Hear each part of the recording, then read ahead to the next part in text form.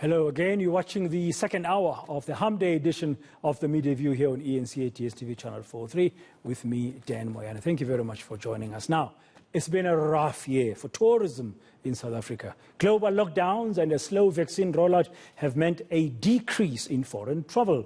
And the light at the end of the tunnel has now been plunged into darkness. The much anticipated summer season has been marred by rolling blackouts. What does this do for South Africa's image as a holiday destination? Well, let's speak to the CEO of the Tourism Business Council of South Africa, Mr. Tshivhengwa, at this hour. Good afternoon, sir. Thank you very much for your time.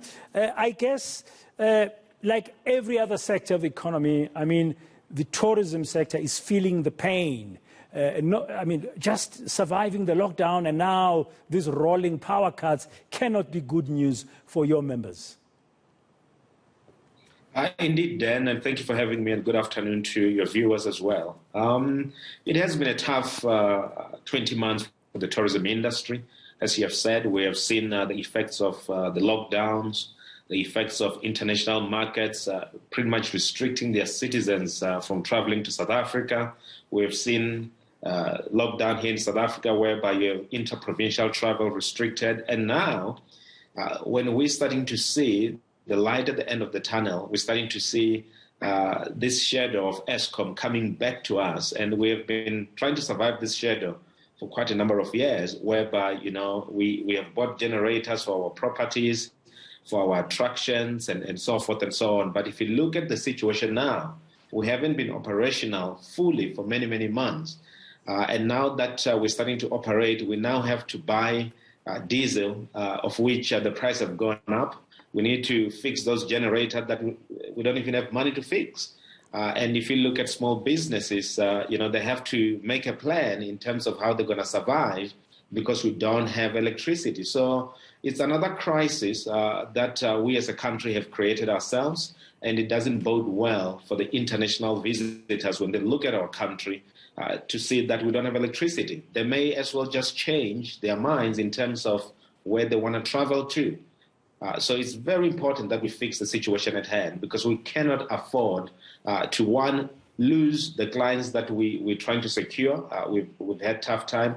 Number two, we cannot afford to lose the perishables that we've bought, that we've put in fridges, that we're going to use to cook and be hospitable to the guests, both international and domestic, from our restaurants, from our chisanyamas, from our hotels, and many others in the tourism value chain.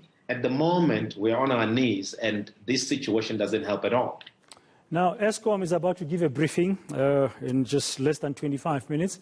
If anything of yesterday's briefing is to go by, they'll start on time. Yesterday afternoon was at 4 o'clock, and we're planning to take it live now at 3 o'clock. You've mentioned them, that there's this now Eskom shadow that's dimming that light of your sector, and it's affecting you in a very bad way. They need to fix the system, I would agree. But how, do you have any numbers, Mr. Tshivhengwa, you can share with our viewers?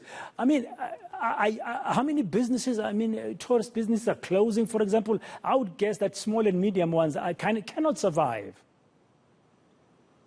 Well, there are a number of businesses that are going to be impacted. And in fact, all the business, whether they are big or small, they're going to be impacted negatively. So big businesses have to even do more because they have to keep the image and the promise that they've made to their clients. Small businesses even worse. You're on the survival mode, and you need to keep, your vehicle moving. There are traffic lights that are not working. The client wants to go to a certain attractions. You can't get there on time. There's going to be a loss of revenue. We cannot even begin to quantify it now. But, just to give context, we were starting to see the level of trading increasing in terms of getting to 40% of the 2019 figures. We're starting to see that in December, we may get to 50% or perhaps to 60% of 2019 figures. But with this problem that we have and the fact that we may not have electricity and the bad image, that's been projected overseas, we may find many people not wanting to come to South Africa. So this may have an impact in terms of our growing trade, book to sort of, regress to perhaps even 35% of what we're doing in 2019. So it's a very, very big thing. It impacts on jobs. It impacts on many young people that have hopes that the industry is coming back and they'll be able to get jobs. It impacts on informal tourism businesses. people cannot be able to go to the beachside, to have ice cream, to sell ice cream because they don't have the electricity and they cannot keep the shops open.